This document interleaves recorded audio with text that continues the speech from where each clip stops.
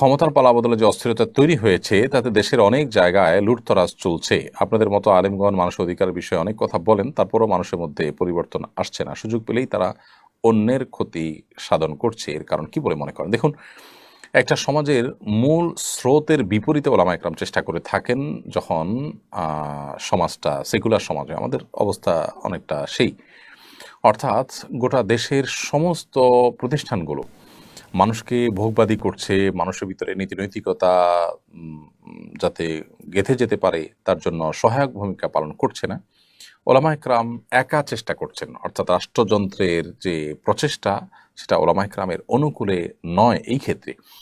তো যার কারণে আসলে এখানে যে খুব বেশি প্রভাব পড়ছে তা না, কিন্তু আবার একেবারে প্রভাব পড়ছে না তাও না। আমি একটা কথা প্রায়শ বলার চেষ্টা করি, এই দেশে তৃতীয় বিশ্বের যে অবস্থা থাকে, মানুষের মধ্যে অভাব অনটনের কারণে, নানা কারণে মানুষের নীতি নৈতিকতা আদর্শ ব্যক্তিগতভাবে মানুষের যে চরিত্র সেটাতে প্রচুর পরিমাণ অবনতি দেখা দেয়। তো এরকম পরিস্থিতিতেও আমাদের দেশে যতটা আইনশৃঙ্খলা নিয়ন্ত্রণে আছে, যতটা মানুষ ভালোর পথে আছে, তার পেছনে আইনশৃঙ্খলা রক্ষাকারী বাহিনীর যে অবদান আছে তার পাশাপাশি ওলামা একরামের অবদানও কিন্তু অনেক বেশি। বিধায় একজন মুসলিম হিসাবে আমরা চেষ্টা করব প্রত্যেকে নিজে সৎ থাকার, আমাদের আশপাশটাকে জাগ্রত করবার, এবং এই প্রচেষ্টা অব্যাহত থাকবে। কেমন যত নিকটবর্তী হয় মানুষের মধ্যে অসততার পরিমাণ বাড়বে। বিশেষ করে আমাদের দেশে সংখ্যাগরিষ্ঠ মানুষ মুসলমান হওয়া সত্ত্বেও তারা এই কাজগুলো করছেন, কারণ ওই যে আমরা ইসলামের সৌন্দর্য তাদেরকে আসলে তুলে ধরতে পরিপূর্ণভাবে পাই না। যতটুকু পেরেছি তার সুফল আমরা পাচ্ছি, কিন্তু কিছুটা ব্যর্থতা আমাদের নিতেই হবে। আমরা নামাজ রোজার গুরুত্ব মানুষকে বোঝাতে পেরেছি, মানুষের অধিকারের ব্যাপারে আমরা মানুষকে সচেতন করতে পারি না। এবারে সমস্ত ওলামা একরাম একযুগে তাদের প্রচেষ্টাকে আরও বাড়াতে হবে। সেই সাথে রাষ্ট্রযন্ত্রেরও মানুষের নীতি নৈতিকতা আদর্শ এগুলোর গুরুত্ব অনুধাবন করতে হবে, এবং এগুলো মানুষের জীবনে ইমপ্লিমেন্ট করার মতো পরিবেশ দিতে হবে। শিক্ষা কারিকুলাম, আমাদের দেশের বিভিন্ন প্রতিষ্ঠানগুলোতে মোরালিটির ব্যাপারে সর্বোচ্চ গুরুত্ব দিতে হবে। দুঃখজনক হলো যে এর উল্টোটা আমাদের দেশে চলছে, যার কারণে আজকে এই দুরবস্থা আমরা দেখতে পাচ্ছি। দীর্ঘদিন ইমামতি করার পর অবসর নেওয়ার সময় মসজিদ কর্তৃপক্ষ থেকে রাজকীয় সম্বর্ধনা দেওয়ার প্রচলন শুরু হয়েছে। গাড়ির বহর দিয়ে বাড়ি পর্যন্ত পৌঁছে দেওয়া হয়। এছাড়া অনেককে এককালীন টাকাও দেওয়া হয়। মানুষ বিষয়টাকে সাধুবাদ জানাচ্ছে। আমার প্রশ্ন হলো, এটা বেদাতে পরিগণিত হবে কিনা?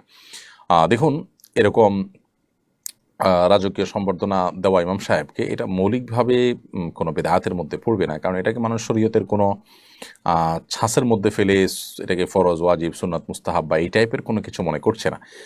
যে কোনো ভালো কাজের পর তার বিনিময় দেওয়া, তার কৃতজ্ঞতা প্রকাশ করা, এটা তো কোরআন এবং হাদিস দ্বারা সমর্থিত বিষয়।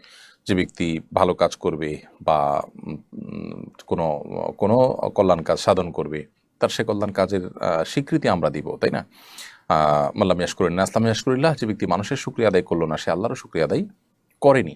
সো একজন ইমাম সাহেব এতদিন কাজ করেছেন, তার প্রতি কৃতজ্ঞতা আপনারা আদায় করলেন, এটা মৌলিকভাবে তো প্রশংসনীয় কাজ। এখন কৃতজ্ঞতা আদায়ের যে পদ্ধতি, মুখে কৃতজ্ঞতা আদায় করা, তাকে হাদিয়া তোহফা দিয়ে স্মরণীয় করে রেখে তার কৃতকর্মের স্বীকৃতি দেওয়া, কৃতজ্ঞতা আদায় করা, এগুলো সবগুলোই কৃতজ্ঞতার সামিল। শরীয়ত আমভাবে যখন কৃতজ্ঞতা আদায় করতে বলেছে এবং তার কোনো পদ্ধতি ফিক্স করে দেয়নি, সো শরীয়তের নিষিদ্ধ কোনো কিছু না হয় এরকম যে কোনোভাবে আমরা তার কৃতজ্ঞতা আদায় করতে পারি, সেই হিসাবে এটি কোনো বেদাতে পরিগণিত হবে না, বরং এটি একটা ভালো প্র্যাকটিস বলে আমি মনে করি। প্রতিবেশী বাড়ি নির্মাণের আইন না মেনে জায়গা ফাঁকা না রেখে আমাদের দেয়াল ঘেঁষে সিঁড়ি করেছে, এ বিষয়ে কি কর্তৃপক্ষের কাছে অভিযোগ করলে গুনাহ হবে? না, গুনাহ তো হবেই না, কারণ এটা আপনার ন্যায্য অধিকার। কেউ যদি যথাযথ জায়গা যতটুকু তার ফাঁকা রাখার আইন রয়েছে, নিয়ম কারণ রয়েছে, সেটি যদি তিনি লঙ্ঘন করেন তাহলে অবশ্যই আপনি তার ব্যাপারে নালিশ করতে পারেন। প্রতিবেশীর প্রতি সদাচরণ আপনার করতে হবে, কিন্তু প্রতিবেশী যদি আপনার কোনো অধিকার ক্ষুণ্ণ করেন তাহলে তার বিরুদ্ধে আপনি আইনানুগ ব্যবস্থা নেওয়া বা যথাযথ কর্তৃপক্ষের বিচার দেওয়া, এটা প্রতিবেশীর প্রতি আপনার যে করণীয় রয়েছে এটা তার পরিপন্থী কোনো কিছু হবে না। বিধায় এই বিষয়টি আমরা ভুল না বুঝি। কিন্তু যদি আপনি ছাড় দেওয়ার মতো থাকে, এটা প্রত্যেকটা ব্যক্তির অবস্থার উপর নির্ভর করবে, তাহলে আপনি প্রতিবেশীর হিসেবে তার প্রতি ছাড় দিলেন, সেটা অবশ্যই শুধু জায়েজ নয় বরং উত্তম কাজ হবে। এরপরের প্রশ্ন হলো, মাঝে মাঝে সালাতে সূরা ফাতিহা পাঠ করার পর প্রথম ও দ্বিতীয় উভয় রাকাতেই একই সূরা পাঠ করে ফেলি, পরে বুঝতে পারি যে একই সূরা পাঠ করেছে, আমাদের অবস্থা করণীয় কি? এটা অনেকেরই হয় যে আমরা সালাত আদায় করার সময়, নামাজের সময় প্রথম রাকাতে সূরা ফাতিহার পরে যে সূরা মিলিয়েছি, দ্বিতীয় রাকাতে সূরা ফাতিহার পরে একই সূরা মিলিয়েছি, তো এটাতে নামাজ হয়ে যাবে, কোনো অসুবিধা নেই, নামাজ আদায় হয়ে যাবে এবং এর কারণে আপনার কোনো গুনাহ হবে না। কারণ হলো সূরা একই সূরা আদায় করা এটা কোনো ওয়াজিব তরক হওয়ার মতো বিষয় নয়। তবে এটা অবশ্যই ইচ্ছাকৃতভাবে করা অনুত্তম, কারণ নবী করিম সাল্লাল্লাহু আলাইহি ওয়াসাল্লাম এটি করতেন না। তিনি প্রথম রাকাতে যে সূরা বা কেরাত পাঠ করতেন, দ্বিতীয় রাকাতে তার চেয়ে ছোট এবং ক্ষুদ্র সূরা পাঠ করতেন, অর্থাৎ ভিন্ন সূরা পাঠ করতেন। এটাই তার সুন্নাহ। বিধায় এটা ইচ্ছাকৃত করা অনুচিত হবে, করলে অনুত্তম হবে, সুন্নাহর খেলাফ হবে, আর ভুলে হয়ে গেলে নামাজ হয়ে যাবে, কোনো অসুবিধা নেই। 40 দিন তাকবীর উলার সঙ্গে নামাজ পড়লে পুরস্কার দেওয়ার ট্রেন্ড শুরু হয়েছে, এরকম একটি অনুষ্ঠানে আপনাকে অতিথি হিসাবে দেখা গেছে। প্রশ্ন হলো, এতে কিশোরদের এখলাস নষ্ট হয়ে যাবে কিনা, ইবাদত করার ক্ষেত্রে পার্থিব লোভ কাজও করবে কিনা? ছোট বাচ্চাদেরকে বা কিশোরদেরকে বা বিভিন্ন বয়সের মানুষকে উৎসাহ দেওয়ার জন্য পুরস্কার দেওয়া এটা দর্শনীয় নয়। যার কারণে এই ধরনের কাজ যদি কেউ করেন, 40 দিন তাকবীরুল্লাহর সাথে সালাত আদায় করলে তাকে পুরস্কার দেওয়া হবে, এটাকে আমরা মৌলিকভাবে দোষী কিছু মনে করি না। তবে এটা ঠিক যে যারা এইসব প্রতিযোগিতায় শামিল হবেন, তাদের উদ্দেশ্য থাকবে যে তারা ভালো কাজের অভ্যাস এর মাধ্যমে করবেন। আল্লাহ তাআলা বলেছেন, ফাস্তাবিকুল খায়রাত, তোমরা ভালো কাজে একে অন্যের সাথে প্রতিযোগিতায় অবতীর্ণ হয়। এই যে প্রতিযোগিতা অবতীর্ণ হতে বলা হয়েছে, প্রতিযোগিতা অবতীর্ণ হলে সেটি দৃশ্যমান হতে পারে। দৃশ্যমান প্রতিযোগিতা হলে সেখানে এখলাস চলে যাওয়ার প্রসঙ্গ আসতে পারত, কিন্তু তারপর আল্লাহ তাআলা প্রতিযোগিতা অবতীর্ণ হতে বলেছেন। বিধায় মৌলিকভাবে প্রতিযোগিতা অবতীর্ণ হওয়া যেহেতু ভালো কিছু, বিধায় এটাকে আমরা খারাপ কিছু মনে করছি না। পাশাপাশি পুরস্কার দেওয়ার যে বিষয়টি বলেছেন, যে পুরস্কার দেওয়া এটা এটা উৎসাহ দেওয়ার জন্য, যে কোনো ভালো কাজের জন্য পুরস্কার দেওয়া যেতে পারে, উৎসাহ দেওয়া যেতে পারে, এবং এই মর্মে সাহাবীদের বহু আমল রয়েছে। বিধায় এটাকে আমরা কোনো বেদাত মনে করছি না, অথবা এটা এখলাস নষ্ট হবে নিশ্চিত এমনটি বলার কোনো কারণ নেই। তবে এটা ঠিক যে অনেকে আছেন যে এই টাকার জন্যই সেটি করবেন, তো তাহলে তার তো এখলাস নষ্ট হবে। কিন্তু এটা ঠিক যে এগুলোর মাধ্যমে মানুষের অভ্যাস পরিবর্তন হয় এবং একটা ভালো অভ্যাস মানুষের মধ্যে চালু হয়, সেই জন্য এই কাজগুলো করা, এবং সেটাকে আমরা দোষণীয় মনে করি না। এরপর প্রশ্ন হলো, আমার স্বামী মারা গেছেন, ব্যাংকে ওনার রেখে যাওয়ার টাকা দিয়ে আমি হজ করতে চাচ্ছি, ছেলের দাবি সে বিদেশ যাবে, এমন অবস্থায় করণীয় কি? আপনার স্বামীর মৃত্যুর পর তার যে রেখে যাওয়ার টাকা আছে, এই টাকা ওয়ারিসদের মধ্যে বন্টন হবে। আপনার ভাগে যেটা পাবেন সেটা পাওয়ার পর আপনি যদি হজে যেতে চান, তাহলে আপনি হজে যেতে পারবেন। আর যদি আপনার ভাগে যা আসে সেটা দিয়ে হজে যাওয়ার মতো টাকা না হয়, তাহলে আপনি আপনার মৃত স্বামীর টাকা থেকে হজ করলে সেটা জায়েজ হবে না। কারণ হলো সেখানে অন্য ওয়ারিসদেরও ভাগ আছে। সো আপনার ছেলে যতটুকু পাবে, অন্যান্য ওয়ারিস থাকলে তারা যতটুকু পাবে, আপনি যতটুকু পাবেন, প্রত্যেককে যার যারটা দিয়ে দিতে হবে। এরপর যার যেটা খুশি সে সেটা করবেন। বিধায় ছেলে সব নিয়ে বিদেশে চলে যাবে অথবা আপনি সব দিয়ে হজ করবেন, কোনোটি কিন্তু করা জায়েজ হবে না। বরং কে কতটুকু পাবেন সেটি আপনার নিজেদের মধ্যে সুরাহা করতে হবে, কারণ হাদিসের আলোকে, যে বন্টন নীতি রয়েছে তার আলোকে, তারপর আপনারা সেটা যার যার খেয়াল খুশি মতো বা প্রয়োজন মতো ব্যয় করতে পারবেন। এরপর আমাদের ইউটিউব চ্যানেল থেকে একটি প্রশ্ন আমরা নিচ্ছি। আমি আমার কানে চাপ দেয়া কানের দুল পরি, এক্ষেত্রে অজু করার সময় কি তা খুলে অজু করতে হবে? চাপ দেয়া কানের দুল পরেন আপনি, হয়তো সম্ভবত টিপ কানের দুল পরার কথা বলেছেন। তো এখানে অজু করার সময় আপনার হালকা একটু নাড়া দেওয়ার মতো ব্যবস্থা থাকলে একটু নাড়া দিবেন, বাস। নিশ্চয়ই একটু নড়ার মতো ব্যবস্থা থাকবে, তাতে একটু নাড়া দিবেন, তাতেই চলবে ইনশাআল্লাহ। খুলেই প্রত্যেকবার আপনাকে অজু করতে হবে এটা জরুরি না। আর যদি এত টাইট থাকে যে আসলে সেটা কোনোভাবে মুভ হয় না, ফিক্স হয়ে থাকে, তাহলে সেক্ষেত্রে আপনার এ ধরনের গহনা খুলে তারপরে অজু করতে হবে। বিশেষ করে আপনার কানের ছিদ্র বা গহনার নিচের অংশে পানি পড়ছে না, এরকম যদি হয় তাহলে সেক্ষেত্রে আপনি খুলে নেবেন। সচরাচর এরকম হয় না, বিধায় একটু নাড়া দিলেই চলবে। এরপর প্রশ্ন হলো, কৃত্রিম বুদ্ধিমত্তা আমাদের প্রাত্যহিক জীবনের অংশে পরিণত হয়েছে। মানুষ হিসাব কিতাব, কোডিং পদ্ধতি রচনার মতো জটিল কাজও কৃত্রিম বুদ্ধিমত্তার সাহায্যে করছে। আমার জিজ্ঞাসা হলো, কৃত্রিম বুদ্ধিমত্তার সাহায্যে কোনো মাসআলা জেনে সে মোতাবেক আমল করা যাবে কিনা? দেখুন, এআই বা আর্টিফিশিয়াল যে ইন্টেলিজেন্ট আছে, এর মাধ্যমে যদি আপনি কোনো মাসআলা জানতে চান এবং উত্তর দেওয়া হয়, সেটা আপনি ভেরিফাই করবেন, তারপরে আমল করবেন। বিশেষ করে সেখানে যদি তথ্য উপাত্ত প্রমাণ সূত্র দেওয়া থাকে, তাহলে সেটার উপরে আমল করতে পারেন। তা না হলে এই সমস্ত তথ্য উপাত্তের মধ্যে ভুল থাকতে পারে, কারণ তারা তো আপনার এই এআই বা আপনার কৃত্রিম বুদ্ধিমত্তা, সেটা তো অনলাইন থেকে কালেকশন করে আপনাকে উত্তর দিবে। সেখানে ভুল কিছু থাকলে ওই ভুলটাই আপনাকে দিবে। ভালো মন্দ সঠিক বেঠিক দুইটাই থাকতে পারে। এজন্য শরীয়তের মতো গুরুত্বপূর্ণ বিষয়, মাসালা মতো গুরুত্বপূর্ণ বিষয় সেখান থেকে নিচ্ছেন, সে যেখান থেকে কালেক্ট করে দিচ্ছে সেটা সঠিক কিনা এটা ভেরিফাই করা দরকার। অথবা সেখানে যে তথ্যপত্র পাচ্ছেন সেটা আপনার যদি থাকে, তথ্যসূত্র সহকারে উল্লেখ থাকে যেটার উপর আস্থা রাখা যায়, তাহলে সেটা আপনি করতে পারেন। যদি মজার ছলে কেউ নিজেকে হিন্দু বলে এরপর আল্লাহর নিকট তওবা করে এবং কান্নাকাটি করে মাপ চায়, তাহলে আল্লাহ মাফ করবেন কিনা? মজার ছলে কেউ নিজেকে হিন্দু বললে সেটা অবশ্যই জঘন্য অপরাধ। নিজেকে মুশরিক এটা দুষ্টুমি করে বলাটাও অপরাধ। তারপরও যদি কেউ এটি করার পর নিজের ভুল বুঝতে পারেন এবং তওবা করে মাপ চান, অবশ্যই আল্লাহ তাআলা ক্ষমা করবেন। আল্লাহ তাআলা ক্ষমাশীল। বিধায় ব্যাপারটি এরকম না যে আল্লাহ তাআলা তাদেরকে ক্ষমা করবেন না। বৈষম্য বিরোধী ছাত্র আন্দোলনের প্রথম শহীদ আবু সাঈদের পরিবার আবু সাঈদের ভাস্কর্য না বানানোর জন্য অনুরোধ করেছেন। এই বিষয়টিকে কিভাবে দেখছেন? দেখুন, বৈষম্য বিরোধী ছাত্র আন্দোলনে যিনি মারা গেছেন আবু সাঈদ, আল্লাহ তাআলা তাকে শাহাদাতের মর্যাদা দান করুন। তার পরিবারের একটা চিঠি আমিও দেখেছি যে তার বাবা সেটি লিখে অনুরোধ করেছেন। অনেকেই তাকে স্মরণীয় করে রাখবার জন্য তার ভাস্কর্য নির্মাণ করতে চেয়েছেন, তার প্রতি ভালোবাসা প্রকাশ করতে গিয়ে। তার বাবা বলেছেন সে ব্যক্তিগতভাবে ধার্মিক মানুষ ছিল। আমরা তার ফেসবুক স্ট্যাটাসগুলো দেখেছি যে সে পরিষ্কার একজন ধার্মিক মানুষ ছিলেন এবং বাবা মা ধার্মিক, যার কারণে তারা এটি না করার অনুরোধ করেছেন। এখানে আমাদের জন্য অনেক বড় একটি শিক্ষা রয়েছে। আমি এটাকে খুব পজিটিভ এবং ভালো একটা উদ্যোগ দেখতে পাচ্ছি। মানুষকে স্মরণীয় করে রাখার জন্য আসলে ভাস্কর্যের কোনো প্রয়োজন নেই। মুহাম্মদ সাল্লাল্লাহু আলাইহি ওয়াসাল্লাম পৃথিবীতে সবচেয়ে স্মরণীয় বরণীয়, তার কোনো ভাস্কর্য পৃথিবীতে নেই। ভাস্কর্য থাকলেই মানুষ স্মরণীয় বরণীয় হয় না। অনেক সময় ভাস্কর্য থাকার পর মানুষ অপমানিত হয় এবং অসম্মানিত হয়। বিধায় মানুষকে স্মরণীয় বরণীয় বা সম্মানিত করবার জন্য এটি কোনো বিশুদ্ধ পদ্ধতি নয়। শয়তান মানুষের উপরে নানাভাবে প্রভাব সৃষ্টি করে, মানুষকে ক্ষতি সাধন করে যে সব প্রক্রিয়ার উপরে মাধ্যমে, তার মধ্যে একটা হলো এই প্রাণীর যে অবয়ব বা আকৃতি তৈরি করা হয় সেটার উপরে শয়তান ভর করে। এটা শয়তানের বাহন অনেকটা বলতে পারি। এটা নিয়ে অনেক গবেষণা আছে, অনেক আলাপ আছে। সংক্ষিপ্ত ভাষণ নিয়ে প্রশ্ন উত্তরের সেশনে আমরা বিস্তারিত বলতে পারবো না। শুধু এটুকু বলছি যে এই সমস্ত প্রাণী, কোনো প্রকার প্রাণী, মানুষ হোক অন্য কোনো প্রাণী হোক, তার অবয়বকে ভাস্কর্য আকারে নির্মাণ করা, পুতুল ইত্যাদি তৈরি করা এবং সেগুলো প্রদর্শন করা, এটা শরীয়তে হারাম করা হয়েছে। যারা এগুলো নির্মাণ করবে তাদের ঠিকানা জাহান্নাম বলা হয়েছে। আমরা হয়তো বলতে পারি সমস্যাটা কি, দেখতে তো সুন্দর, এটা তো ভালো লাগছে আমাদের কাছে। দেখুন, আমাদের বর্তমান যুগে যে টেকনোলজি আছে, আজ থেকে 100 বছর আগে পৃথিবীতে যারা এসেছেন তারা এই টেকনোলজি সম্পর্কে জানেন না।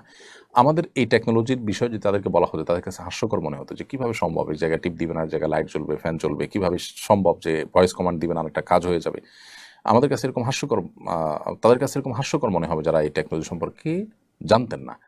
ঠিক একইভাবে আল্লাহ রাব্বুল আলামিন মহান সৃষ্টিকর্তা, তার যে টেকনোলজি, কেন তিনি এই ভাস্কর্য, এগুলো প্রাণীর ভাস্কর্য তৈরি করতে আমাদেরকে নিষেধ করেছেন, সেগুলোতে ক্ষতিকর দিক কী, সেটা আমাদের টেকনোলজি, আমাদের ইয়েতে রাডারে ধরা পড়বে না বা আমাদের বোঝা হয়তো আসলো না। কিন্তু আল্লাহ রাব্বুল আলামিন যিনি হাকিম, যিনি আলিম, তিনি সব কিছু জানেন, যিনি আমাদের মহান সৃষ্টিকর্তা, তিনি যেটা নিষেধ করেছেন এর ভিতরে আমাদের প্রভূত কল্যাণ রয়েছে এটাকে মেনে চলার মধ্যে। বিধায় এটাকে আমরা মেনে চলবো। আবু সাঈদের বাবা, আমি বলি, একটা সুন্দর দৃষ্টান্ত স্থাপন করেছেন। তার সন্তানের প্রতি যে ভালোবাসা দেশে মানুষের রয়েছে, অন্তরে যে স্থান তিনি করেছেন, আমার মনে হয় এটা তার পরিবারের জন্য যথেষ্ট। সে সাথে এখান থেকে আরেকটা বিষয় আমরা জানলাম যে এই বৈষম্যবিরোধী ছাত্র আন্দোলনে এদেশের ধার্মিক মানুষদের অংশগ্রহণই ছিল সবচেয়ে বেশি। সো এই আন্দোলনের ফসল হিসাবে যারা আসছেন ক্ষমতায়, তারা যেন এদেশের মানুষের চিন্তা চেতনা, মানুষের বিশ্বাস, এগুলোর প্রতি তারা শ্রদ্ধাশীল যেন থাকেন, সেটি তাদেরকে সতর্ক থাকতে হবে। বর্ষা লক্ষ্য করা যায় রাস্তার পাশ দিয়ে হাঁটার সময় পেছন থেকে গাড়ি এসে পথচারীকে ভিজিয়ে দিয়ে যায়। রাস্তায় খানাখন্দ বরাবর গাড়ি ধীরে চালালে এই বিড়ম্বনা পড়তে হয় না। দয়া করে ড্রাইভারদেরকে একটু নসিহা করবেন। অনেকেরই অনেক আর্গুমেন্ট থাকে, আপনি একটা ভালো আর্গুমেন্টই করেছেন। এটা ঠিক যে আপনার বৃষ্টিতে খানাখন্দ ইত্যাদিতে পানি জমে থাকে, সেখানে জোরে গাড়ি চলার কারণে পথচারীদের গায়ে পানি লেগে যায়। খুবই গর্হিত একটি কাজ যে আমার রাস্তায় এমনভাবে চললাম যেটা অন্যের কষ্টের কারণ হলো। নবী করিম সাল্লাল্লাহু আলাইহি ওয়াসাল্লাম বলেছেন, রাস্তায় যখন কষ্টদায়ক কোনো কিছু কেউ ফেলে রাখে, তুমি সেটাকে সরিয়ে দাও। অর্থাৎ এটাতে যাতে কারো কষ্ট না হয় সেজন্য তুমি দায়িত্বশীল হও। তো রাস্তায় পানি পড়ে আছে, সেখানে আপনি জোরে গাড়ি চালালেন, তাহলে আরেকজনের কষ্টের কারণ হলো, তাহলে এটা দায়িত্বশীলতার পরিচয় হলো না, এবং এটা ঈমানের একটি শাখা বলা হয়েছে। অর্থাৎ কষ্টের যেন কারণ কেউ না হয় সেদিকটা খেয়াল রাখা। অতএব যদি কেউ কষ্ট পায় তাহলে সেটা কুফরির অঙ্গ হবে। সো যারা গাড়ি চালাচ্ছেন তারা দায়িত্বশীলতার পরিচয় দিবেন। আপনি রাস্তা চলে যাচ্ছেন স্বাভাবিকভাবে, কারোর কষ্টের কারণ হলো, আপনার আমলনামায় গুনাহ লেখা হয়ে গেল। কত বড় একটা দুর্ভাগ্যজনক বিষয় এটি। বিধায় আমাদেরকে সতর্ক থাকতে হবে। আল্লাহ আমাদেরকে তৌফিক দান করুন। হিন্দু নারী দিয়ে বাসার কাজ করানো যাবে কিনা? অন্য ধর্মাবলম্বী হিন্দু বা খ্রিস্টান এরকম কাউকে দিয়ে বাসায় আপনি কাজ করাতে পারেন, সমস্যা নেই। অন্য ধর্মাবলম্বীদেরকে দিয়ে যেমন আপনি কাজ করাতে পারেন, আপনি অন্য কোনো ধর্মাবলম্বীদের কাজ করতে পারেন। এ বিষয়ে ইসলাম আমাদেরকে কোনো বিধিনিষেধ আরোপ করেনি, অর্থাৎ অন্য ধর্মাবলম্বীদের সাথে আমাদের স্বাভাবিক জীবন আচার যেটা লেনদেন, কায় কারবার, এগুলো করতে ইসলাম নিষেধ করেনি। তবে হ্যাঁ, আপনি সেখানে কোনো অন্যায় কাজ যেন না করেন, বা সে যেন কোনো আপনার এমন কোনো কাজ না করে যেটা আপনার উপরে কোনো হারাম বিষয় বর্তায়, সেটি আপনাকে লক্ষ্য রাখতে হবে। তবে এমনিতে সাধারণ কাজ কাম তার মাধ্যমে করেন, সেটি নিষিদ্ধ কোনো বিষয় নয়। বৈষম্য বিরোধী এত বড় আন্দোলন হয়ে গেল, অথচ এদেশে দায় টুপি ও হিজাবের কারণে বৈষম্য এখনও আছে, এটা নিয়ে একটু কথা বলুন প্লিজ। খুবই গুরুত্বপূর্ণ একটি বিষয় বলেছেন। এদেশে বহু বৈষম্য আছে, এর মধ্যে থেকে একটা বড় বৈষম্য হলো ধার্মিকদের প্রতি, ধর্মের প্রতি বৈষম্য, সংখ্যাগরিষ্ঠ মানুষের প্রতি বৈষম্য। আমরা জানি দায় টুপি এবং হিজাবের কারণে বহু শিক্ষা প্রতিষ্ঠানে বহু মানুষ নিগ্রহের শিকার হয়, এটা স্পষ্টত বৈষম্য। নিশ্চয়ই দায় নিয়ে, টুপি নিয়ে কিছু মানুষ সংবাদ পাঠ করতে চায়, কোনো মিডিয়াকে তাকে সেটা করতে দিবে? যদি না দিয়ে দেয় তাহলে এটা তার প্রতি বৈষম্য হলো। তার চয়েসকে আমরা বলি যে যার যার চয়েসে সে চলবে, তাহলে এখানে কি চয়েস অনুযায়ী চলতে পারলো? তো এ ধরনের বৈষম্য অনেক আছে। ওলামা একরাম এদেশের বেশিরভাগ মানুষের প্রতিনিধিত্ব করে, বা বেশিরভাগ মানুষের সাথে তাদের জনসংযোগ রয়েছে, জনসম্পৃক্ততা রয়েছে। আমরা দেখি বিভিন্ন সময় যখন দেশের ক্রান্তিকাল হয়, তখন বিভিন্ন মানুষের অপিনিয়ন নেওয়া হয়, টেলিভিশনগুলো বিভিন্ন টক শো করে, সেখানে অনেক মানুষকে ডাকা হয়, কিন্তু ওলামা একরামকে সাধারণত ডাকা হয় না। ডাকলেও আলেমদেরকে কোণঠাসা করবার জন্য, দুই তিনজন তাদের বিরুদ্ধে লেগে তাদেরকে নাজেহাল করবার জন্য কখনো কখনো ডাকতে দেখা যায়। সচরাচর ওলামা একরামের প্রতি ইতিবাচকভাবে পজিটিভ দৃষ্টিভঙ্গিতে তাদেরকে ডাকা হয় না, এটা একটা বৈষম্য। আপনি দেখবেন যে ওলামা একরাম বাজেটের সময় সাধারণ মানুষের মন্তব্য নেওয়া হয়। অনেক সময় অনেক টেলিভিশন চ্যানেল দেখা যায় যে রিকশাওয়ালাদের, খেটে খাওয়া মানুষদেরও ভাবনা নেওয়া হয় যে সাধারণ মানুষের বাজেট ভাবনা কি, কিন্তু আলেমদের বাজেট ভাবনা কি, এটা কি কখন নিতে আপনি দেখেছেন? নিশ্চয়ই দেখেননি। আমাদের দেশে যখনই অন্তর্বর্তীকালীন সরকার গঠন হয়, এবার ব্যতিক্রম একজন আলেমকে নেওয়া হয়েছে, তাও একজন নেওয়া হলো, তাও শুধুমাত্র ধর্মের জন্য দায়িত্ব দেওয়া হচ্ছে। কারণ আলেমদের মধ্যে বহু দায়িত্বশীল, বহু যোগ্য মানুষ আছেন, কিন্তু আলেমদেরকে কখনো দেশের এ জাতীয় বিষয়ে স্মরণ করা হয় না। এটা স্পষ্টত অবিচার এবং বৈষম্য। বৈষম্যগুলো মানুষকে দিন দিন দিন দিন শক্ট করে এবং বিক্ষুব্ধ করে, একটা পর্যায়ে সেটা ব্রাস্ট হয়ে যায়। যেমন আমরা দেখলাম যে নানা বৈষম্য, কোটা বৈষম্য ইত্যাদির কারণে একটা পর্যায়ে কিন্তু ব্রাস্ট হয়েছে। সো এরকম পরিস্থিতি যেন আর না হয়, সেজন্য ধর্মীয় কর্মকাণ্ডের ব্যাপারে যে বৈষম্য, বা ধর্মীয় যে সিম্বলগুলো আছে সেগুলোর প্রতি যে বৈষম্য, ধার্মিকদের প্রতি যে বৈষম্য, সেটি কাটাতে হবে। অনেক অফিস আদালতে ও দায় টুপির প্রতি এখনও আপনার বৈষম্য দৃষ্টিতে তাকানো হয়, ধার্মিকদের প্রতি বিমাথাসুলভ আচরণ করা হয়। তারা তো এদেশে উড়ে আসে নেই, বরং আলেমদের কথা আমি বলতে চাই যে আলেমরা এদেশে ৩.৫ লক্ষ মসজিদের ৩.৫ লক্ষ ইমাম খতিব, তারা এদেশে কয়েক কোটি মানুষকে তারা কিন্তু রিপ্রেজেন্ট করে, এবং তাদের সাথে জনসম্পৃক্ততা আছে। আপনি দেখবেন দেশের ক্রান্তিকালে এমন অনেক মানুষ এসে মতামত দিতে থাকেন এবং তাদের চিন্তাধারাগুলো পুশ করেন, যাদের সাথে কোনো জনসম্পৃক্ততা নেই। কোন অধিকারে তারা এটা করেন আমার বুঝে আসে না। সো ধার্মিকদের প্রতি, ধর্মের প্রতি, ধর্মীয় সিম্বলের প্রতি, সংখ্যাগরিষ্ঠ মানুষের চিন্তাধারার প্রতি যে তাদের প্রতি যে বৈষম্য আমাদের সমাজে বিরাজমান আছে, চলমান বৈষম্য বিরোধী যে আন্দোলন চলছে, এখনও চলমান আছে বলতে পারি, সেই আন্দোলনে যেন এই বৈষম্যটিও দূরের ব্যাপারে আমরা সবাই সজাগ থাকি। কারণ অন্যান্য বৈষম্যের কথা মানুষ বললেও এই বৈষম্যের কথা সাধারণত কেউ বলে না। এরকম অবস্থায় গোসল করার সময় লুঙ্গি পরা যাবে কিনা? গোসল করার সময় তো লুঙ্গি পরা যাবে, সমস্যা নেই। এরপরে আপনি যখন এহরামের কাপড় পরে ফেলবেন, তারপরে উমরা সম্পন্ন, হজ সম্পন্ন করার আগ পর্যন্ত আর আপনি সেলাই করা লুঙ্গি পরবেন না। সেকেন্ড হ্যান্ড মোটরসাইকেলের মিটার কম দেখিয়ে বেশি দিন চলা বাইক কম চলেছে দেখিয়ে বিক্রি করা যাবে কিনা? না, অবশ্যই এটা প্রতারণা, এটা গুনাহের কাজ। আপনি এরকম যদি করে থাকেন তাহলে এটা কবিরা গুনাহ করেছেন। ক্রয় বিক্রয় হয়ে যাবে, কিন্তু আপনি কবিরা গুনাহ করার কারণে মানুষের হক নষ্ট করেছেন, ভয়ঙ্কর একটি অপরাধ হয়েছে, কবিরা গুনাহ হয়েছে। বিধায় আল্লাহ সুবহানাহু ওয়া তাআলার কাছে এর জন্য তওবা করতে হবে। গোসলের সময় বা শৌচ কর্মের সময় দিগম্বর হলে এহরাম ভেঙে যাবে কিনা, বা ভেঙে গেলে করণীয় কি? না, গোসলের সময় বা শৌচ কর্মের সময় এহরামরত ব্যক্তি যদি দিগম্বর হন তাহলে তার এহরাম ভেঙে যাবে না। তবে যতটুকু প্রয়োজন ততটুকু শুধু দিগম্বর হবেন, প্রয়োজনের চাইতে বেশি হবেন না। সেটা আদব এবং শিষ্টাচারের মধ্যে পড়ে। একজন মানুষ সবার কাছে ভালো থাকলে সে নাকি মুনাফিক হয়, এ বিষয়ে নাকি একটি হাদিস আছে, দয়া করে জানাবেন।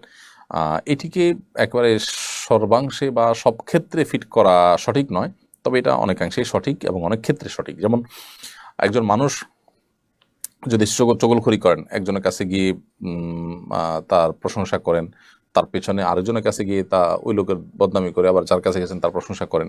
এই যে সবার কাছে ভালো থাকার প্রচেষ্টা, এটাকে চগলখড়ি বলা হয়। এই চগলখড়ি করার তো মুনাফিকি চরিত্র সন্দেহাতীতভাবে, কিন্তু সবার কাছে সে প্রিয়, সবাই তাকে ভালোবাসে, এর মানে সে মুনাফিক, ব্যাপারটাকে এত সহজীকরণ করার সুযোগ নেই। কারণ নবী করিম সাল্লাল্লাহু আলাইহি ওয়াসাল্লাম একটা হাদিস রয়েছে যে তুমি কি চাও যে মানুষরা তোমাকে ভালোবাসবে, তুমি জনপ্রিয় হবে সবার কাছে?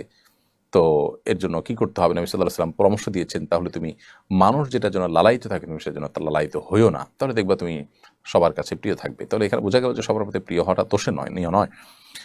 অনেক মানুষ আছেন যিনি সবার কাছে প্রিয়, নবী করিম সাল্লাল্লাহু আলাইহি ওয়াসাল্লাম খোদ তিনি সবার কাছে প্রিয় ছিলেন, বিধায় সবার কাছে প্রিয় থাকলেই মুনাফিক হয়ে যাবে, বাট এরকম না। তবে সবার কাছে প্রিয় থাকার জন্য যদি কপট কোনো আচরণ করা হয় তাহলে সে অবশ্যই মুনাফিকের মধ্যে পড়বে।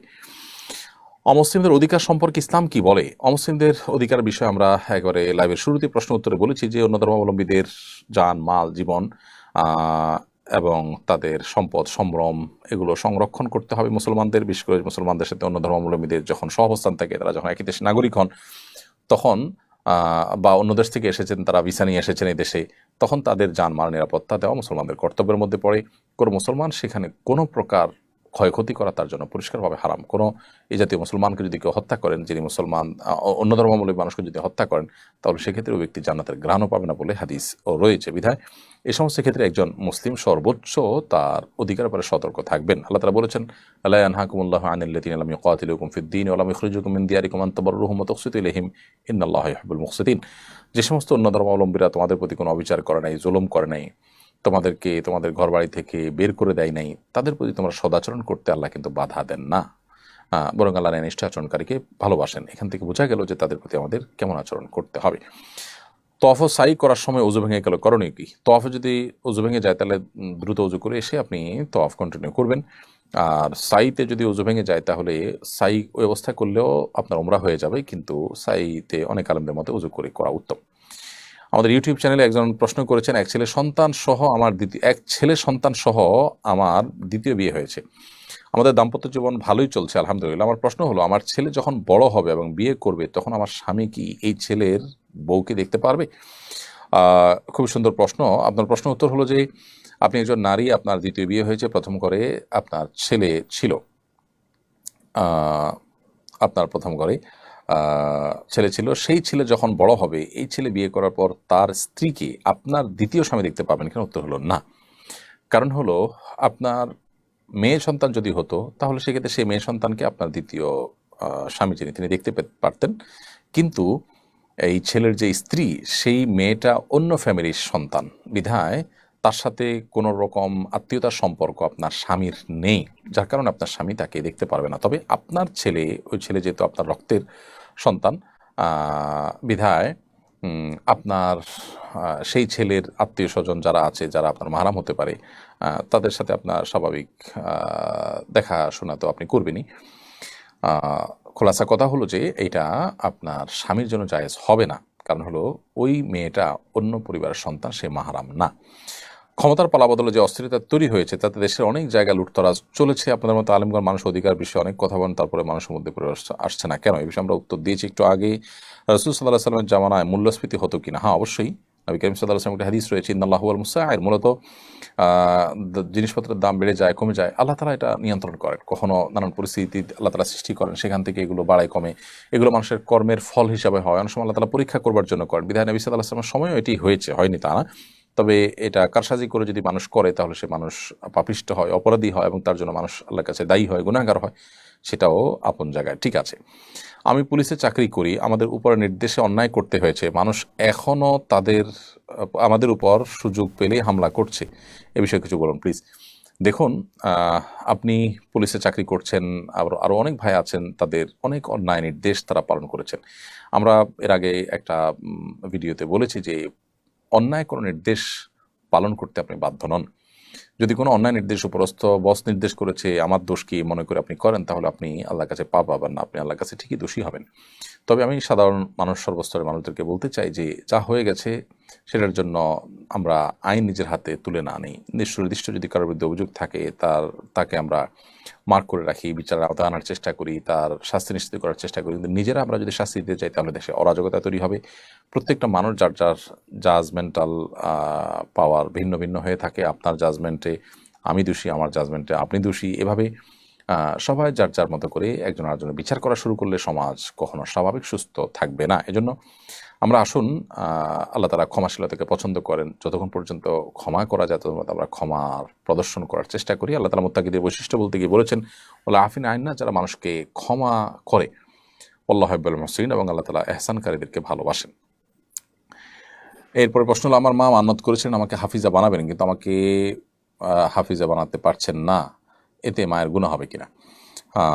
দেখুন, কেউ হাফিজ বা হাফিজা হোক সন্তান, এই মর্মে যদি মা বা মানত করেন যে আল্লাহ আমার এটা হলে আমি সন্তানকে হাফিজ বানাবো, তো যে মানত মানুষ পূরণ করতে পারে না সাধ্যের বাইরে থাকার কারণে, সেটার জন্য মানুষের গুনাহ হয় না, যেহেতু তিনি এটা পারছেন না। তবে ওলামা একরাম বলেছেন যে আমৃত্যু তাকে চেষ্টা করে যেতে হবে। আর কেউ কেউ বলেছেন যে এটার জন্য তিনি কসমের কাফারা দিয়ে দিবেন যদি তিনি মানত করে থাকেন। অবশ্য মানত বিশুদ্ধ হলে তখন কাফারা প্রযোজ্য হয়। মানত আদৌ বিশুদ্ধ কিনা সেটা নিয়ে যথেষ্ট সংশয় রয়েছে। তবে এমনিতে সাধারণত মা বাপ নিয়ত করেন যে আমি ছেলে হলে হাফিজ বানাবো, মেয়ে হয়েছে হাফিজা বানাবো, এরকম নিয়ত করেন। তো এরকম নিয়ত যদি পূরণ করতে না পারেন, তার কারণে কোনো গুনাহ হবে না। সাধারণ নিয়ত এক জিনিস, আর মানত হলো যে আল্লাহ এই কাজটা হলে আমি এটা করব, শর্ত দিয়ে, এটা হলো মানত। আর এটা না হলে আপনি নিয়ত করেছেন, সাধারণত নিয়তই হয়ে থাকে। নিয়ত করে থাকলে এর জন্য কোনো গুনাহ হবে না। আমরা সবাই জানি যে আল্লাহ তাআলা যুগে যুগে নবী রাসূল মানব জাতির হেদায়েতের জন্য প্রেরণ করেছেন। প্রশ্ন হলো, এমন কোনো জায়গা বা দেশ যেখানে কখনো হেদায়েতের বাণী পৌঁছায়নি, ওই অঞ্চলে যারা দিনহীন অবস্থা মৃত্যুবরণ করেন তাদের কিয়ামত দিবসে হিসাব কীভাবে মূল্যায়ন হবে? যদি এরকম কোনো জায়গা থাকে যেখানে কেউ কোনো নবী রাসূলের কোনো দাওয়াত পৌঁছায় নাই, এমন কোনো জায়গা যদি থাকে, আজকাল তো সেটা অসম্ভবের মতো, যদি জঙ্গল টঙ্গল কোথাও এরকম থাকে, তাহলে তাদের হিসাব হবে শুধুমাত্র সৃষ্টিকর্তার উপরে তাদের বিশ্বাস ছিল কিনা, একত্ববাদের বিশ্বাসী ছিল কিনা তারা। কারণ আল্লাহর এই সৃষ্টি জগৎ ইটসেলফ, এটা মানুষকে একত্ববাদের সাক্ষ্য দেয়, এবং এটা দেখে মানুষ একত্ববাদে বিশ্বাসী হওয়ার জন্য যথেষ্ট। বিধায় এরপরও যদি সে একত্ববাদে বিশ্বাসী না হয়, আল্লাহর কাছে দোষী হবে। আর অন্য কোনো বিষয়, যেহেতু নবী রাসূলদের দাওয়াত যায় নাই, নামাজ রোজা, কোনো বিষয়ে তাদের কোনো জিজ্ঞাসাবাদ হবে না। আমার হাজবেন্ড মারা গেছেন, তার উপর 5 লাখ টাকা ঋণ ছিল, কিন্তু পাওনাদারকে আমি চিনি না, তাকে অনুসন্ধানের পরও পাইনি, এখন আমার করণীয় কি? পাওয়ার যদি ন্যূনতম সম্ভাবনা না থাকে, তাহলে সেক্ষেত্রে আপনি তার পক্ষ থেকে এই টাকাটা গরিব দুঃখীদেরকে দান করে দিবেন, এবং অর্থাৎ পাওনাদারের পক্ষ থেকে, যে আল্লাহ যিনি পাওনাদার, এই সব আপনি তাকে দিবেন। এটা আপনি করলে ইনশাআল্লাহ বিদিনিল্লাহ আশা করা যায় যে আল্লাহ তাআলার কাছে আপনি দায় মুক্ত হবেন। এরপর প্রশ্ন হলো যে আমার ডান দিকের থুতির অপারেশন করার পর ওখানে দাড়ি সব জায়গার চেয়ে একটু বেশি বড় হয়। আমার প্রশ্ন হলো, এই দাড়িগুলো সাইজ করে কি অন্য সবগুলো সমান করা যাবে? এই দাড়িগুলো বড় হওয়ার কারণে দাড়ি বড় ছোট লাগে। থুতির অপারেশন করার পর ওখানে দাড়ি ছোট হয়েছে, তো একটু দেখতে দৃষ্টিকটু হলেও এক মুষ্টির নিচে হলে দাড়ি কাটা উচিত না। এক মুষ্টি বড় হয়ে গেছে, সেটা আপনি কেটে সমান করতে পারেন। এরপর প্রশ্ন হলো যে আমাদের এলাকায় মসজিদে সুদের টাকা লাগানো হয়েছে, মসজিদে কি নামাজ পড়া যাবে? মসজিদে সুদের টাকা লাগানো হয়েছে, এটা তো প্রথম শুনেছি, আল্লাহ মাফ করুক। মসজিদ কর্তৃপক্ষ এত জাহেল হতে পারে, এটা তো আমার ধারণার অতীত। যদি এরকম হয়ে থাকে, সেখানে নামাজ পড়লে নামাজ হয়ে যাবে, তবে অন্যত্র নামাজ পড়তে পারলে অধিকতর ভালো। কারোর জমিনে জোরপূর্বক মসজিদ তৈরি করা হলো, বা আপনার ছিনতাই করে নেওয়া জায়গার উপরে মসজিদ নির্মাণ হলো, সেখানে নামাজ পড়লে নামাজ হয়ে যাবে। যদিও ওলামা বলছে নামাজ হবে না, কিন্তু অনেকেই বলেছেন নামাজ হবে, বাট সেখানে নামাজ না পড়ে অন্যত্র নামাজ পড়তে পারলে উত্তম। আর যারা এই কাজটি করেছেন তারা অবশ্যই গুনাহগার। মসজিদ কর্তৃপক্ষ তারা আল্লাহর কাছে দায়ী থাকবেন আল্লাহর ঘরের টাকাকে হারাম কাজে লাগানোর জন্য। এরপর প্রশ্ন হলো, আমি একজন প্রবাসী, আমি দীর্ঘ 7 বছর যাবত প্রবাসে আছি। রেমিটেন্স সম্পর্কে আমি আপনার আলোচনা আগেও শুনেছি যে হুন্ডিতে টাকা পাঠানো হারাম। প্রশ্ন নিরুপায় হলে এই বিধান কি প্রযোজ্য হবে? দেখুন, হুন্ডিতে টাকা পাঠানো হারাম এটা আমরা বলিনি, হুন্ডিতে টাকা পাঠানোকে মাকরুহ বলেছি আমরা, এবং দারুল দেওবন্দ সহ পৃথিবীর বড় বড় আপনার শিক্ষা প্রতিষ্ঠান থেকে, বড় বড় প্রতিষ্ঠান থেকে এই ফতোয়াই দেওয়া হয়েছে, এবং সব ওলামা কেরাম প্রায় একমত যে অবৈধ পথে টাকা পাঠানো, অর্থাৎ ব্যাংকিং চ্যানেলের বাইরে হুন্ডির মাধ্যমে টাকা পাঠানো মাকরুহ। কারণ এর মাধ্যমে অসৎ কাজে সহযোগিতা করা হয়, যারা চোরাচালানি করেন, ঘুষ খান, তারা ঘুষের টাকাটা এইভাবে লেনদেন করেন, তাদের হেল্প হয়, এবং আরও নানা কারণে এটি মাকরুহ। আর তবে নিরুপায় হলে তার জন্য সেটি জায়েজ আছে। এমন কোনো জায়গায় আছেন যেখান থেকে আপনি ব্যাংকিং চ্যানেল টাকা পাঠানোর সুযোগ নাই, অথবা বিশেষ পরিস্থিতিতে আপনি এটি করতে হয়েছে, তো সেটা জায়েজ হবে ওই পরিস্থিতির জন্য। স্বামী একটি প্রাইভেট কোম্পানিতে চাকরি করেন, জানতে পেরেছি অনেক সময় দায়িত্বের খাতিরে অনেক হারাম কাজেও সাহায্য করতে হয়। এটি জানার পরও কি তার ভরণ পোষণ গ্রহণ করতে পারবো? আপনি স্ত্রী হিসাবে যদি তাকে পারেন এখান থেকে সরাবেন, যদি না পারেন তাহলে যতটুকু আপনার বেঁচে থাকার জন্য প্রয়োজন ততটুকু আপনি তার এখান থেকে গ্রহণ করতে পারবেন। আর যদি আপনার নিজে থেকে কিছু করার সুযোগ থাকে আপনার পর্দার ইত্যাদি মেনটেন করে, তাহলে সেই চেষ্টা আপনি করবেন। আমার বাবা অসুস্থ, এই সুযোগে বড় ভাই জোর করে বাবা থেকে সম্পদ লিখে নিচ্ছে, এতে বাবার গুনাহ হবে কিনা? বাবা যদি অসুস্থ হয় তাহলে সেক্ষেত্রে আহ, আহ, তাকে আপনি সম্পদ, বাবা অসুস্থ এই সুযোগে যদি বড় ভাই অন্যায়ভাবে তার সম্পদ লিখে নেয় তিনি অবশ্যই গুনাহগার হবেন। আপনার বাবার যদি এখানে কোনো কিছু করার না থাকে, সেন্স না থাকে, তাহলে তার কোনো গুনাহ হবে না। কারণ রফি আল কলম আন সালাস, নবী সাল্লাল্লাহু আলাইহি ওয়াসাল্লাম বলেছেন তিন ব্যক্তির কোনো হিসাব নিকাশ লেখা হয় না, অর্থাৎ তাদের কোনো অপরাধ লেখা হয় না। তার ভিতরে একটা হলো অসুস্থ মস্তিষ্কের মানুষ, বিকৃত মস্তিষ্কের মানুষ বা অসুস্থ পাগল যিনি হয়ে যান তিনি, আরেকজন হলেন ঘুমন্ত ব্যক্তি, আরেকজন হলেন শিশু। তো যদি কেউ অসুস্থতার এই লেভেলে চলে যায়, যদি আসলে তার হিতাহিত জ্ঞান নাই, তিনি কি করছেন নিজেও জানেন না, তাহলে তার গুনাহ হবে না ইনশাআল্লাহ তাআলা। কিন্তু যদি তিনি জানেন তাহলে তিনি গুনাহগার হবেন। অর্থাৎ তার যদি এটাকে ঠেকানোর সুযোগ থাকে তারপর তিনি করেন, তাহলে তিনি গুনাহগার হবেন। কোটার জন্য এত আন্দোলন করা হলো, কিন্তু তারপরও আন্দোলনকারীরা কোটায় 3 জন আন্দোলনকারী, কোটায় 3 জন মন্ত্রী হলো, এটা কি যৌক্তিক? আপনার কাছে মতামত জানতে চাই। এইটা তো বলা কঠিন আমার জন্য, তারা কোন যুক্তিতে হয়েছেন, কোন চিন্তা করে তারা হয়েছেন সেটা আমি জানি না। তবে বিভিন্ন সেক্টরের মানুষের মতামত নেওয়ার জন্য বিভিন্ন সেক্টরের মানুষের প্রতিনিধিত্ব রাখার চেষ্টা করেছেন, এইটাকে মৌলিকভাবে আমি দোষের মনে করছি না। এরপর প্রশ্ন, রাস্তার পাশে দেয়ালে ইসলামিক ক্যালিগ্রাফি করা হয়েছে কিন্তু কিছু বুদ্ধিজীবী তা মুছে দিয়েছে, এটা কি করা উচিত? ক্যালিগ্রাফি এটা তো আর্ট। আমাদের সমাজে যদি ভালো কোনো আর্ট ক্যালিগ্রাফি যদি করা হয় রাস্তার পাশে, তো সেটা মুছে দেওয়া তো আমি মনে করি সংকীর্ণ মনা ছাড়া আর কিছুই নয়, সংকীর্ণ চিন্তা ছাড়া কিছুই নয়। অতএব ক্যালিগ্রাফি যেটা যে ভাষারই হোক, বিশেষ করে আমাদের দেশে প্রাসঙ্গিক যে ভাষাগুলো সেগুলোর ক্যালিগ্রাফি তো থাকতেই পারে। বিশেষ করে বিশ্ববিদ্যালয়ে আপনার অ্যারাবিক সাবজেক্ট আছে, অতএব আরবিক ক্যালিগ্রাফি থাকাটা বরং একেবারে প্রাসঙ্গিক এবং যৌক্তিক। এর যদি কেউ মুছে দিয়ে থাকে সে অন্যায় করেছে, এবং আমি মনে করি যে তারা সংকীর্ণ মনা পরিচয় দিচ্ছে। এরাই এদেশে আমাদের যে সম্প্রীতি শান্তিটা নষ্ট করার পেছনে কাজ করছে। এই মানুষগুলোকে চিহ্নিত করা দরকার এবং এদের এই অপকর্মগুলোকে তুলে আনা দরকার। আজকে যে আন্দোলন হলো, মানুষ যে অতিষ্ঠ হয়ে মানুষের মধ্যে যে বিপ্লব তৈরি হলো, সেটার মতো পরিস্থিতি যেন আর না হয় সেজন্যই এগুলোকে শক্ত হাতে আমাদের দমন করা দরকার এবং এ সমস্ত অনাচার বন্ধ করা দরকার। আপনি একটা বিশেষ ভাষা প্রতি বৈষম্য থাকবে, আপনার হিংসা থাকবে, এই বৈষম্য দূরের জন্যই তো এত কিছু। এমডি বাপি আহমেদ আপনি লিখেছেন, দারিদ্র্য দূরীকরণে জাকাতের সুষ্ঠু বন্টনে ধর্ম মন্ত্রণালয়ের দায়িত্ব কতটুকু? অনেক বেশি দায়িত্ব রয়েছে। ধর্ম মন্ত্রণালয় যদি সঠিক সুষ্ঠু বন্টন করতে পারতো, মানুষ আস্থা অর্জন করতে পারতো, তাহলে দেশের মানুষের জাকাত আদায় নিয়ে কোনো পেরেশানি করতে হতো না। এবং জাকাত ধর্ম মন্ত্রণালয়ের সরকারি ফান্ডে জাকাত দিলে সাধারণত সেই টাকা জাকাতের জন্য আর সে টাকার এগেনিস্টে আর ট্যাক্স দিতে হয় না, মানুষের জন্য সহজ হতো জাকাত আদায় করা। কিন্তু দুঃখজনক যে কখনোই এটি করা সম্ভবপর হয়নি। অনুগ্রহ করে বলবেন যে আপনি কেন উপদেষ্টা হলেন না? দেখুন, এই বিষয়টা নিয়ে সোশ্যাল মিডিয়াতে যেভাবে আলোচনা চলছে আমি অনেকটাই বিব্রত। বিশেষ করে অনেকে লেখালেখি করছেন, অনেকগুলো মিডিয়াতে উঠে এসেছে, বিষয়টাকে অনেকে যেভাবে চিত্রায়িত করছেন আসলে এরকম না। আমি একটু খোলাসা করি।